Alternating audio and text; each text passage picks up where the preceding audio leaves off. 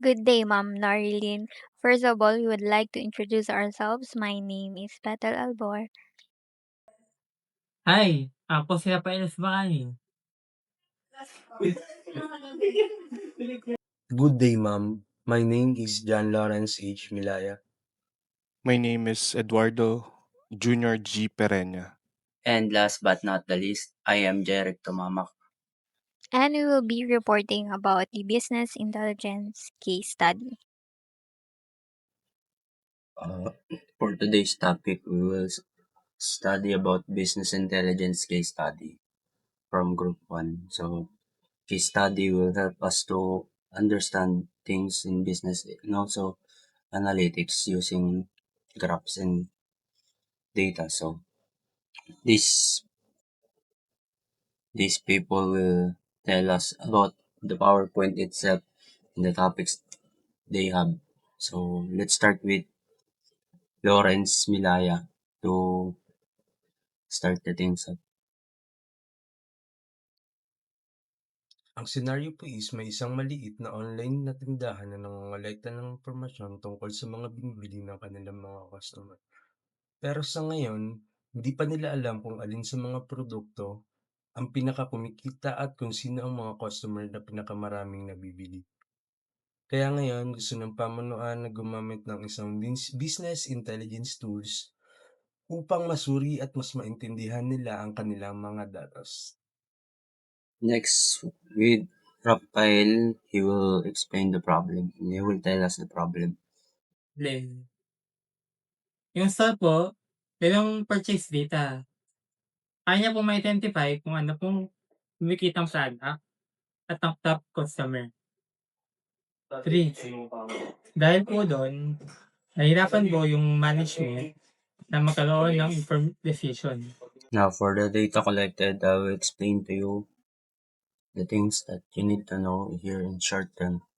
So, in the ID, date, quantity, also the amount are transforming the information, then going to product category, price, and also product information. The next is customer name, customer ID, and transfer to location in its information by CX. So next method was payment method, and if first time customer, he will succeed to the others. So that is the data collected and access the files in Power BI. So that is how does it work. Next, Kuya Ed will explain to us the importance of data warehouses.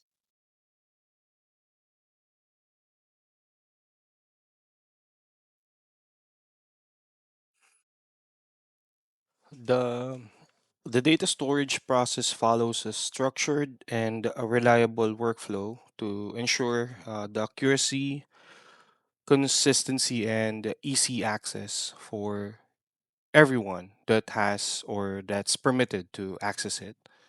How the data will be stored. First, data is collected from multiple sources, including customer orders, the details of the customers, the product information like SKUs, um, and the payment records. This is to ensure that all relevant business data is captured in one place. Then the second, once the collection of the data is done, the collected data is processed using an ETL process, which means extract, transform, and load. During this step, the data is cleaned, validated, and standardized to remove errors, duplicates, and inconsistencies. This will ensure that the data that's being collected and stored is on a high standard or high data quality.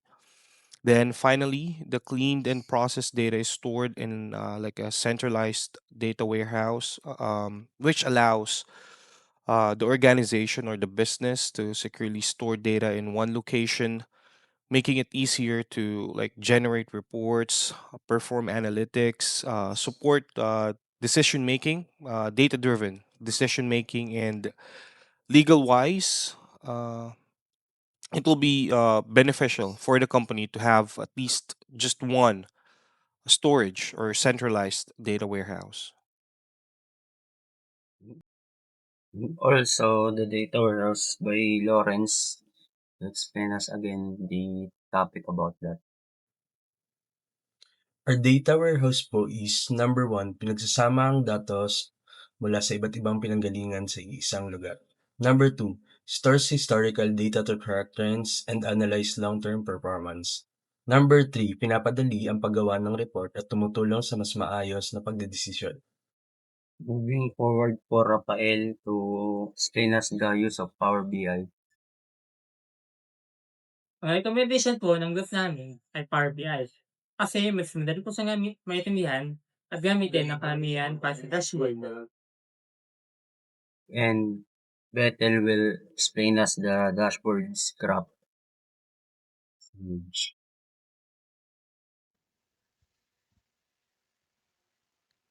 So, using sample data that we generated, which contains yung mga na-discuss kanina na data collected earlier by Jeric, we designed an interactive dashboard using Power BI.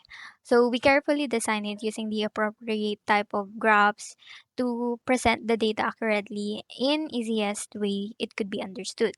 So, since this is interactive, in real life, once updated na yung data, nagmo-move din yung graphs and yung numbers. And if I also click one of the category, for example, uh, as you can see, it filters the data automatically. So here's Jarek Tumamak to further explain the insights or kung ano yung laman ng dashboard. Now let's talk about the dashboards that this includes in our presentation. So these insights and management gain, actually that's total running numbers of sales and orders by which products are selling the most and the list which products are the most profitable or let's say yung mas mabenta. Then customers spreads more and generate revenue, yung kikita yung may-ari also. Whether customers buy only once or come back to buy again, dun din makikita yun if one time customer lang siya or sabihin natin suki na. So, din makikita. And also some sales trends over time. Kasi di naman natin mama-manage or lagi natin tingnan yung trends sa mga sales ngayon. So, dun din siya nalabas.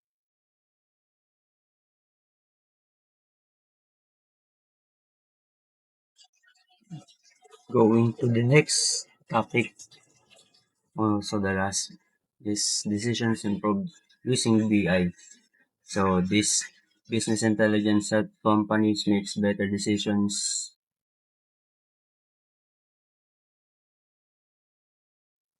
decide when products to restock or remove, adjust inventory, increase or decrease in stock, create promotions for top spending customers, analyze pricing to boost sales and avoid losses. So that's it for our report for today. Now, any questions, just tell us in the Google Meet so we can have a topic about that. Thank you.